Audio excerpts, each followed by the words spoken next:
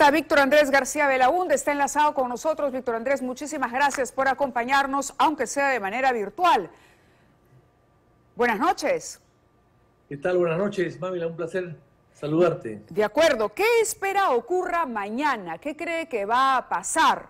Analizando la coyuntura política después de haber escuchado a la presidenta el día de hoy y al premier Otárola, que por cierto ha dicho que él lo que quiere es tranquilidad para poder atender 2 partidos de fútbol, uno que era, me parece, esta noche y el otro, el clásico que viene el fin de semana. Pero en fin, anécdota aparte, ¿cuál es su percepción, su lectura política de lo que ocurrirá mañana?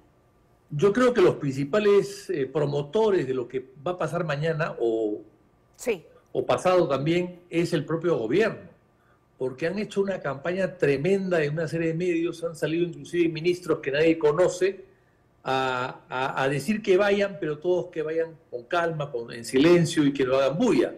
Entonces, yo creo que los principales promotores es el propio gobierno, salvo que maneje información que no conocemos de fuera, pero no me parece que haya sido acertado que el gobierno salga a decir tantas cosas. Inclusive ha habido un jefe de la policía que ha dicho que van a haber 24.000 personas afuera. Es algo imposible que haya tantos policías en Lima para poder resguardar a cuántos. Si son 24.000, estamos hablando de ¿qué? De 1 millón de personas que van a tener que cuidar, porque para que lleguen 5.000 personas a Lima, que ellos dicen, o 8.000, no vas a sacar 24.000 personas. O sea, hay algo raro que no funciona. Me parece que lo de mañana va a ser exitoso o fracaso, un poco debido a la actitud del propio gobierno, ¿no? Y cómo reaccionen ante la marcha que se van a venir, ¿no?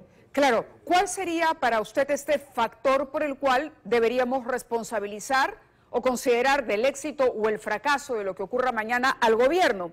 El día de hoy leía la columna del señor Martín Tanaka en el diario El Comercio y él dice que este discurso oficial descalificador lo que hace es azuzar el sentimiento de la oposición. ¿Usted coincide con ese análisis?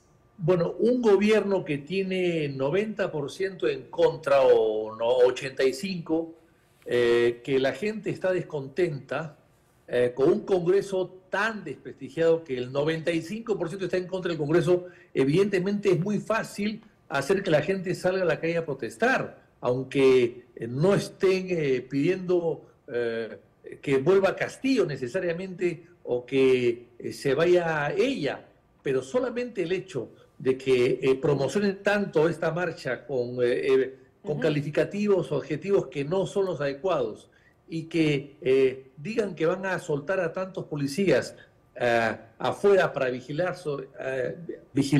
a la muchedumbre que se supone que venga, me parece que eso es un incentivo que ellos están creando. Yo estoy seguro que lo de mañana no va a ser grandioso como ellos están promocionando algunos. No creo que vaya a ser tan numeroso o tan violento como haya sido en junio, en enero y diciembre pasado. Pero evidentemente mucha gente ya está asustada y no va a ir y va a paralizar la ciudad, no porque esté de acuerdo con la movilización, sino por lo que el gobierno ha dicho y ha asustado a tanta gente que al final hasta las bodegas van a cerrar. Por temor.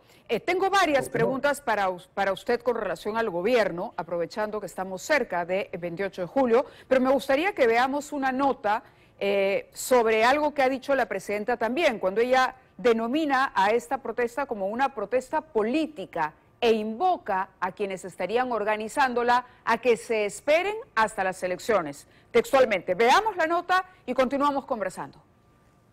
En la previa de la denominada tercera toma de Lima, la lideresa de Nuevo Perú, Verónica Mendoza, anunció su participación en la marcha y su respaldo a la movilización de la ciudadanía.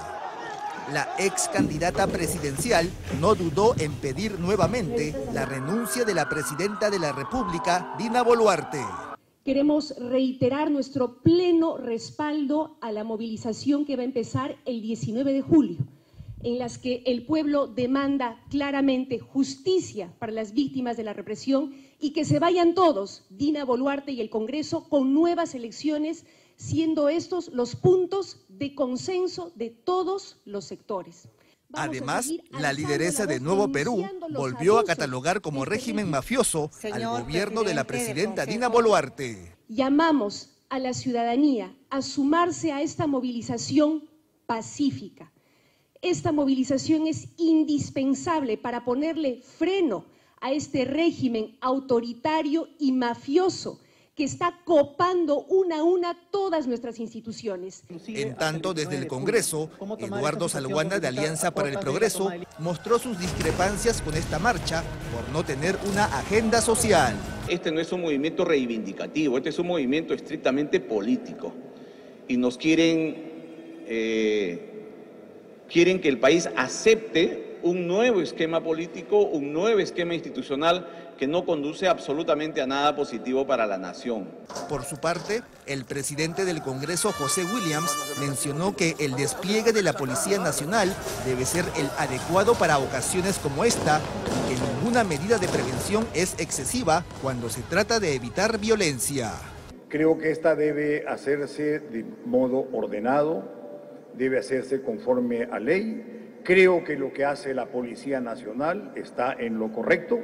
Siempre es bueno tener márgenes de seguridad elevados, siempre es bueno apreciar, ¿no?, que la amenaza que pudiera estar dentro de las marchas, porque evidentemente pueden haber o van a haber algunos que van a generar el desorden, debe ser tratada como tal. De igual forma, el cuestionado líder del Partido Perú Libre, Vladimir Cerrón, anunció que su grupo político participará de la denominada tercera toma de Lima. De hecho, a través de las redes sociales, el Partido del Lápiz anunció que marcharán por una nueva constitución. A Verónica Mendoza y Vladimir Cerrón se sumó el vacado expresidente Martín Vizcarra, quien también confirmó su participación en la marcha, así como los integrantes de su nuevo partido, Perú Primero. Verónica Mendoza, el Partido Morado, Martín Vizcarra, Vladimir Cerrón van a marchar el día de mañana. ¿Qué lectura podemos hacer de esa participación? Bueno, falta Antauro nada más, ¿no? Yo creo que están todos. Hay que recordar que todos estos han sido desplazados por Castillo de alguna manera al principio un poco, y sobre todo por la Boluarte, ¿no?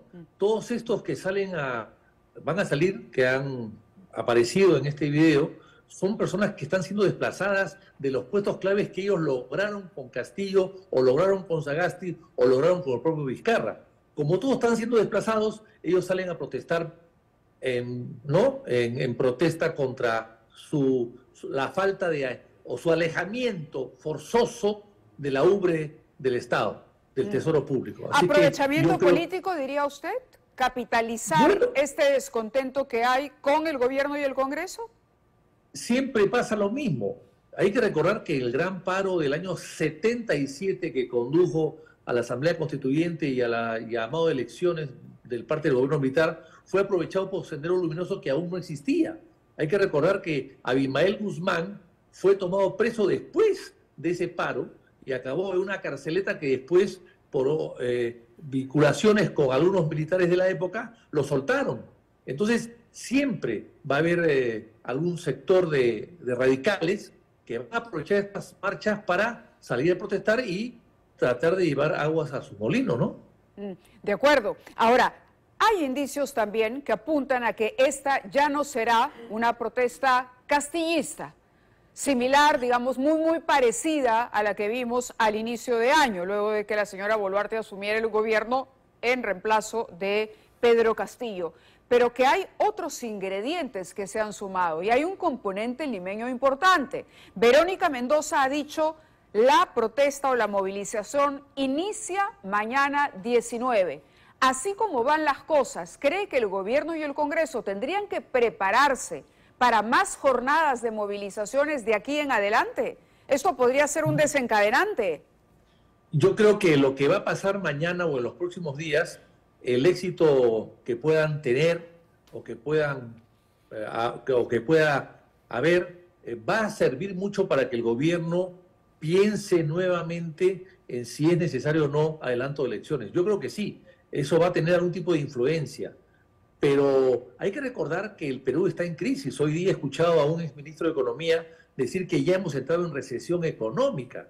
O sea, la economía que andaba por cuerda separada de la política, hoy día parece que no va por cuerdas separadas, sino que están yendo juntas. Y eso sí es peligroso. Y eso el gobierno no ha hecho nada para evitarlo, ¿no? Bueno, los gremios empresariales se han pronunciado. El gremio de los exportadores, por ejemplo, están cerrando el periodo entre enero y mayo en negativo. En negativo, comparándolo con relación al año pasado, cuando Castillo era presidente. Es evidente que el gobierno no está dando la talla. Y por otro lado, en el Congreso hemos visto casos escandalosos, ¿no? Escandalosos entre los que se quedan con parte del sueldo de los trabajadores o los que se van de viaje patrocinados por empresas privadas que definitivamente están haciendo lobby porque quieren, evidentemente, tener influencia en la clase política. ¿Cree que el camino entonces es el adelanto de elecciones? Bueno, es que yo creo que ante una crisis de esta naturaleza que se está profundizando, que no está saliendo adelante el país, sino que está profundizando sobre todo la parte, el brazo del país que es la economía. Si la economía está en receso, la crisis económica está siendo afectada por la crisis política, sí. Entonces al final la salida de la crisis siempre ante este tipo de hechos es un adelanto de elecciones. Sucede en cualquier parte del mundo, en cualquier país occidental y democrático, se llama elecciones para salir de una crisis. Aquí no se ha querido eso y por lo tanto la crisis se puede profundizar. Ajá. Importante, de cara al mensaje de 28 de julio, ¿qué debería hacer la presidenta si quiere mantenerse hasta 2026 y evitar que la calle finalmente obligue a ese adelanto de elecciones? Porque el Congreso ya archivó el proyecto y la presidenta se olvidó que ella en algún momento lo presentó, porque lo que ha dicho es que se esperen al 26. Bueno, el 28 debería ella primero cambiar el gabinete y luego hacer un plan de gobierno o anunciar un plan de su gobierno de adelanto de elecciones nuevamente. No será pues este año, evidentemente, puede ser el próximo año al final, pero tiene que buscar una solución alternativa para poder salir de la crisis, acortando su mandato presidencial. Porque además el tema no solamente es la presidenta, el tema es el Congreso, que está mucho peor que la presidenta. El Congreso está mucho más desprestigiado. El odio hacia el Congreso es mucho mayor que la presidenta. Y como ella no puede sacarlo al Congreso, entonces lo que tiene que hacer es adelantar las elecciones o digamos, obligar o exigirle o hacer cuestión de Estado para que el Congreso acceda junto con ella a que se vayan todos. Hay quienes dicen que la única posibilidad que tiene Dina Boluarte para adelantar las elecciones es la renuncia. ¿Se puede llegar a ese punto? Bueno, pero sería más traumático, ¿no? Porque el presidente del Congreso, que hoy día es Williams, que ya no lo es en una semana más, y que lo puede ser Vladimir Cerrón, de repente no sabemos, entonces eso va a ser mucho más complicado. Ellos podrían llamar elecciones, sí, pero va a ser mucho más complicado, va a ser mucho más traumático. Lo lógico es que ella, desde el poder que tiene y de todos los instrumentos que maneja, ella proponga una salida con un adelanto que ella misma puede fijar inclusive la fecha. Claro. Como lo hizo en su momento Morales Bermúdez el año 78. Claro, pero ahí la decisión final la toma el Congreso. Y hoy por hoy, por ejemplo, ya se habla de una lista que tendría incluso voto suficiente, que podría encabezar Aragón, que está investigado por los niños de Acción Popular, y en la primera vicepresidencia Valdemar Cerrón. Imaginemos que esa mesa se consolidara. El Congreso siempre puede vacar a Boluarte. Entonces, ¿qué ocurriría? Esa mesa tendría que asumir el gobierno. Estamos ante un escenario bien delicado, porque como usted ha dicho, el Congreso está peor que el Ejecutivo frente a la población. El Congreso está en 6% en este momento y está camino al 1%. Y sigue bajando constantemente. Y entonces la solución no es que el Congreso asuma la presidencia de la República y llame elecciones. Ajá. La solución es que la presidenta de la República encare al Congreso, exija al Congreso y le plantee un plan razonable de programa electoral, ¿no? de fechas electorales. Y en base a eso, el Congreso no va a tener ninguna salida, va a tener que aceptarlo finalmente, como lo aceptó el 2000 cuando Fujimori fugó del país, ¿no? Todavía no me ha convencido, Víctor Andrés, de que el Congreso vaya a aceptar una propuesta que venga por fuerte, clara, contundente y bien argumentada de la presidenta Boluarte en 28 de julio. Pero ¿qué le parece si revisamos el perfil precisamente del congresista que podría, de acuerdo por lo menos a las expectativas y al optimismo de este nuevo bloque que se describe como de centro izquierda, llegar eventualmente a la presidencia de la mesa directiva, el congresista Luis Aragón? Y continuamos conversando con Víctor Andrés García Belaúnde. A una semana de la elección de la nueva mesa directiva del Congreso, los posibles candidatos se van confirmando, así como las probables alianzas. Acción Popular eligió como su representante al cuestionado congresista Luis Aragón, que ganó el proceso interno a su colega Silvia Montesa, que tenía la aspiración de continuar en la más alta jerarquía del Parlamento. A pesar de que Aragón ha sido criticado por un presunto conflicto de interés al aceptar un viaje a España pagado por una empresa china, en Acción Popular sostienen que sería la mejor opción para presidir el Congreso. Y con Aragón yo creo que se va a poner equilibrio a la mesa y figurativamente hablando, equilibrio también a la mesa, en el sentido de que no solamente se va a hablar de los cuestionamientos de un lado, sino también del otro lado, ¿no? Por ejemplo, los viajes a Alemania de algunos congresistas que han sido pagados por instituciones privadas, ¿no? En tanto, en Cambio Democrático, el congresista Roberto Sánchez confirmó que existe un acuerdo entre las bancadas de izquierda que incluye a la mayoría de Acción Popular, con Aragón incluido. Además, Sánchez confirmó a Edgar Raimundo como el representante de su bancada para la lista que se presentará. Hemos reiterado, ratificado nuestra voluntad de ser parte de esa coalición que está integrado por Acción Popular, Perú Libre, el Bloque Magisterial, Perú Bicentenario, Podemos Perú, Somos Perú y nosotros. En ese sentido, nuestra bancada ha elegido como su representante para la mesa directiva, porque es nuestra voluntad de formar parte en una conducción democrática de esta mesa, al congresista y nuestro vocero Edgar Raimundo. Por su parte, Perú Libre también respaldó la designación de Luis Aragón como posible candidato a la presidencia del Parlamento. Bueno, yo saludo, ¿no?, al colega congresista Aragón por su elección para candidato a la mesa directiva. Vemos un profesional que ha tenido consecuencia, ha tenido posición política. La mesa directiva que se está trasladando tiene que ser una mesa de centro izquierda. Mientras que en Alianza para el Progreso confirmaron que no se apoyará la postulación de Luis Aragón, marcando distancia de este bloque de centro-izquierda, que según Roberto Sánchez ya tendría alrededor de 60 votos asegurados. Respetamos su postulación, tenemos el mayor de los aprecios, pero nosotros creemos que la alternativa para el país y para el Congreso va por otro lado. Los principales cuestionamientos contra Luis Aragón son sus presuntos vínculos con el gobierno del golpista Pedro Castillo. De hecho, fue incluido en la ampliación del caso Los Niños y se le investiga por una posible gestión a favor de allegados suyos para que logren puestos en el Ejecutivo. Ya a esta hora sumamos a la conversación al ex congresista Mauricio Mulder. Mauricio, muchísimas gracias por aceptar la invitación del programa. Al contrario, las gracias a ustedes. Bien, nos acompaña también Víctor Andrés García Belaúnde y yo le hacía una pregunta a él, se la traslado ahora a usted. ¿Quiénes van a marchar mañana y qué es lo que usted puede anticipar con su experiencia política? Bueno, esto es un trabajo estratégico que está haciendo la ultraizquierda para ver si el fracaso de la primera toma de Lima que quisieron hacer lo pueden en estos momentos llevar a una situación de arrinconar al gobierno y obtener mayores espacios para entrar a la estructura del Estado.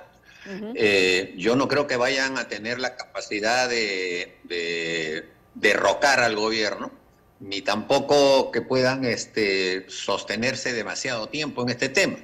De acuerdo a las informaciones que nosotros recogemos, también en el caso nuestro, a partir de nuestro partido, que tiene presencia en casi todos los lugares en donde se están justamente germinando este tipo de situaciones, no tienen los recursos económicos que tenían en la primera oportunidad, en donde los presidentes regionales y los alcaldes realmente bancaron lo que significó todo ese movimiento.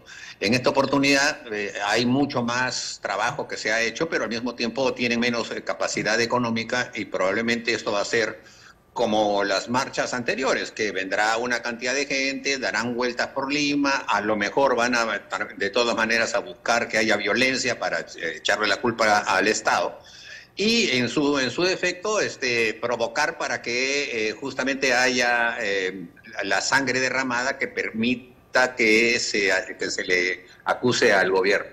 De manera que no siento yo que esto vaya a ser una situación en la que, como ellos deseen, va a cambiarse el gobierno o el Congreso en las próximas semanas. Acabo de detectar una importante diferencia entre lo que decía Víctor Andrés García Belaúnde y lo que usted describe, porque cuando conversábamos con Víctor Andrés más temprano, él decía que esta es una marcha en la que mucho ha contribuido el papel y la manera de abordar el asunto desde el gobierno. El propio gobierno tiene responsabilidad de que esto vaya a ser mediano, grande o violento finalmente. El hecho de que Verónica Mendoza, Martín Vizcarra, el Partido Morado y otras figuras se estén sumando a esta manifestación, ¿no le habla de un componente limeño o de un descontento que quieren capitalizar políticos que hoy por hoy no están o no tienen mayor respaldo y que hoy lo quieren ganar a partir de ese descontento?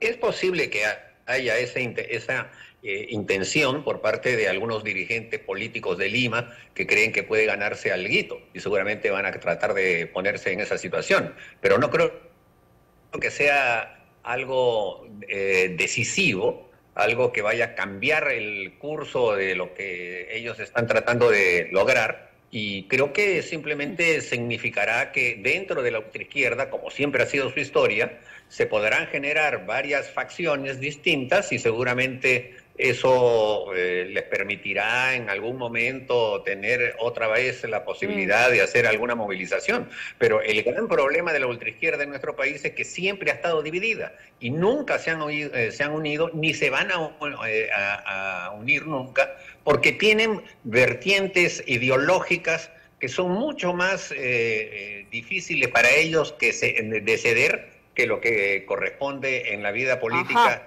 Cuando uno tiene que buscar también coincidencias, ¿no? Claro, para no repetir todo lo que me ha dicho Víctor Andrés más temprano, me gustaría que el propio Víctor Andrés García Belaúnde le plantee a usted una hipótesis que ha desarrollado con nosotros sobre la única salida. Víctor Andrés.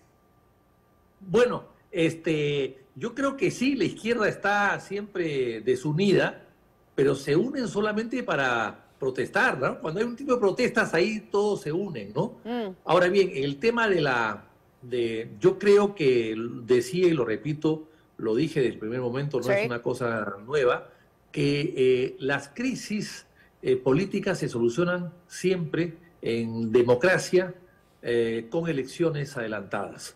En el Perú es complicado hacerlo porque hay que hacer una reforma constitucional, etcétera, pero se puede hacer y ya se ha hecho en el pasado. Creo que esa es la mejor solución. Y si estamos entrando en una crisis económica feroz en este momento y con una crisis política que viene de atrás, que no ha afectado a la economía, pero que ya sí está afectando a la economía, entonces el gobierno se va a deteriorar y la relación con el gobierno y el pueblo va a ser mucho más complicada mantenerla durante los próximos 2 o 3 años. Hay que recordar que los gobiernos, cuando han caído, los gobiernos débiles o autócratas o dictaduras o con poco sustento democrático, cuando han caído, en el caso de Fujimori el año 2000, eran el origen de esa crisis política finalmente era también económica, y por eso es que cayeron.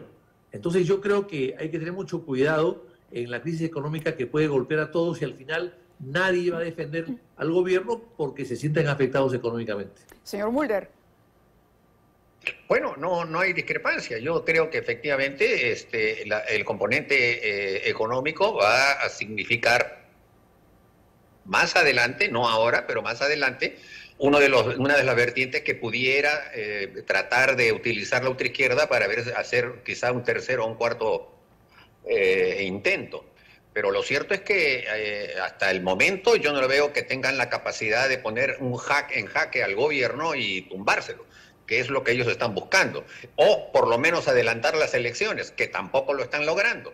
Y no creo que lo vayan a lograr porque la verdad es que el Estado peruano está trabajando inercialmente, es decir, los ministerios funcionan, los gobiernos regionales funcionan, están trabajando con el Ministerio de Economía a hacer sus obras, etcétera. Entonces hay un estado de cosas, digamos, de normalización de cómo funciona el Estado peruano, al margen de lo que los dirigentes políticos quieran hacer. Y si ellos en realidad están buscando que ocurra lo mismo que ocurrió en la anterior azonada o tomada de Lima, van a terminar dando vueltas por las mismas cuadras, yendo y viniendo, hasta que se les acabe la plata y se tendrán que realizar nuevamente. Pero, a ver, estábamos planteando la posibilidad de que la única salida para esto, y es más, Víctor Andrés lo decía, es que en el discurso, en el mensaje a la nación, la presidenta Boluarte reconozca que es necesario adelantar los comicios. ¿Usted no cree que es necesario? Sí, claro. Cada vez que en un país, en cualquier parte del mundo, existe una crisis en la que se entrampa el Estado y existe una situación de ingobernabilidad, la solución siempre son los procesos electorales, sin duda alguna. Pero yo lo que veo, lo que vislumbro, es que quienes están detentando el poder en este momento tienen el prurito de mantenerse en el Estado y llevar las cosas hasta el año 26. Y no veo que haya una fuerza que los obligue a que se adelante el proceso electoral. La señora Boluarte no se va a salir por su cuenta y tampoco va a salir por el hecho de que pueda haber violencia, porque ya pasó una primera etapa en la que han habido 70 muertos y ya ha seguido ella en el poder y ha seguido funcionando el Estado peruano, y no creo que haya un cambio significativo que los lleve a una situación en la que renuncien a sus puestos, porque además ellos mismos, al renunciar, se estarían poniendo la soga al cuello, y obviamente el poder en este momento para ellos es su blindaje. Correcto. Así que yo pienso que debería haber elecciones. Lo teórico es que tiene que haber elecciones, pero lo real es que esto se está llevando hasta el año 26 con la complicidad del Congreso, que obviamente tampoco quieren renunciar a sus escaños. De acuerdo, les agradezco a ambos. Víctor Andrés ya se estaba parando, así que no lo interrumpo. Muchas gracias a ambos por compartir estas impresiones y estaremos expectantes, por supuesto, con lo que ocurra el día de mañana. Gracias y buenas noches.